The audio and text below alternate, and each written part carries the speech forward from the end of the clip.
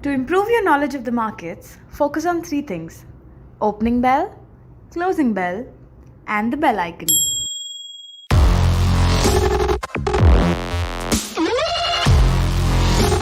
Welcome back दोस्तों। आज मैं आपको 4 बिगेस्ट मिस्टेक्स जो लोग फ्यूचर्स और ऑप्शंस मार्केट में करते हैं उसमें आज 4th मिस्टेक पर बात करूंगा। पहले 3 एपिसोड्स में मैंने first lack of a trading plan, दूसरा टू मच लेवरेज और तीसरा फेलियर टू कंट्रोल रिस्क, इन सब पे बात की थी।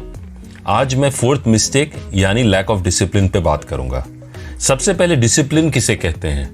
डिसिप्लिन का मतलब होता है कि जब आपको जो काम करना है तब वो काम करना ही है, उसमें फिर कोई इफ एंड बट नहीं रहती। यदि आपको सुबह उठ के जॉगिंग पर जाना है तो इसका मतलब जाना ही है।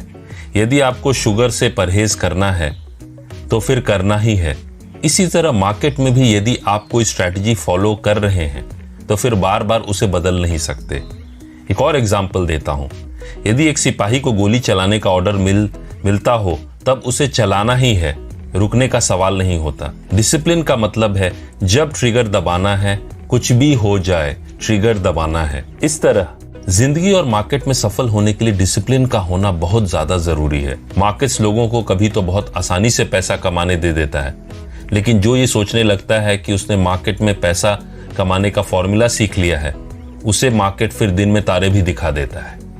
इसलिए यदि शुरुआत में ही कुछ छोटी मोटी गलतियों से इंसान सीख लेता है और वो अलर्ट हो जाता है और समझ जाता है कि मार्केट में सफल होने के लिए पेशेंस, नॉलेज और डिसिप्लिन, इन तीनों की जरूरत होती है। Lack of discipline in trading generally होता है बिकॉज ऑफ फियर, मतलब डर, या फिर ग्रीड और लालच, या फिर ईगो।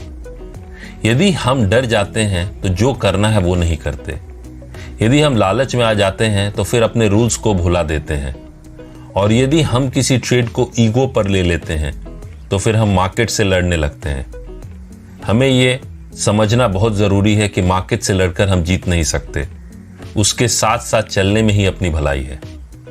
कभी कभी बहुत ज्यादा सोचना भी खतरनाक होता है, क्योंकि मार्केट कुछ ऐसा कर देता है जो उस समय समझ के परे है। मतलब उस समय हमें समझ में नहीं आ रहा है कि मार्केट ऐसे क्यों रिएक्ट कर रहा है, मतलब क्यों मूवमेंट हुई, वो समझ नहीं आता। तो बहुत लोग उसे समझने में लग जाते हैं और फिर लंबा लॉस ले लेते हैं, क्योंकि उन्हें जब एक्शन लेना चाहिए तब वो सोचते रहते हैं। इसलिए मार्केट में हमेशा वर्स्ट केस सिनेरियो प्लान करके ही एंट्री करनी चाहिए। तब आप डिसिप्लिन वे में ट्रेड कर सकेंगे और आप अपने इमोशंस पे कंट्रोल रख पाएंगे। और खास करके डेरिवेटिव्स ट्रेडिंग तो आपको ज्यादा वक्त भी नहीं देता सोचने के लिए। मार्केट्स बहुत अनप्रेडिक्टेबल भी होते हैं। यदि न्यूज़ बहुत खराब रहती है और लोग ये सोचते हैं कि मार्केट गिरेगा, लेकिन बहुत बार वो बढ़ जाता है, या फिर न्यूज़ बहुत पॉजिटिव रहती है और मार्केट ऊपर जाना चाहिए ये लोग सोचते हैं और वहीं से सेलिंग आ जाती है। तो मार्केट कभी भी कुछ कर सकता है, ये सोच के ही मार्केट में उतरना चाहिए। और एक बात जो खास करके याद रखने वाली है कि मार्केट मेरे या आपके हिसाब से नहीं चलती, हमें उसके हिसाब से चलना है यदि सफल होना है तो।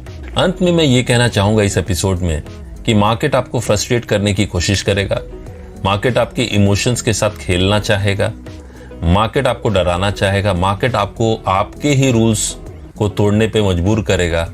लेकिन आपको ये सोचना है कि यदि आप मार्केट के इशारे पर चलेंगे तो नुकसान आपका होगा। अपने रूल्स बनाइए और उन्हें फॉलो कीजिए। जिंदगी और मार्केट में आगे बढ़ने के लिए मुश्किलों का सामना करना पड़ता है और अपने गलतियों से सीखना पड़ता है, लेकिन यह भी जरूरी है कि बार बार वही गलती हम ना दोहराएं। मार्केट किसी भी तरह से रिएक्ट कर सकता है, लेकिन हमें कैसे रिएक्ट करना है वो हम पर डिपेंड करता है। यदि आप इन बातों पर ध्यान देते हैं तो आपको मार्केट में सफल होने से कोई नहीं रोक सकता। आशा करता हूं कि आपको ये एपिसोड पसंद आया होगा। आज के लिए इतना ही। Wish you all the best. जल्द मिलते हैं एंड थैंक यू।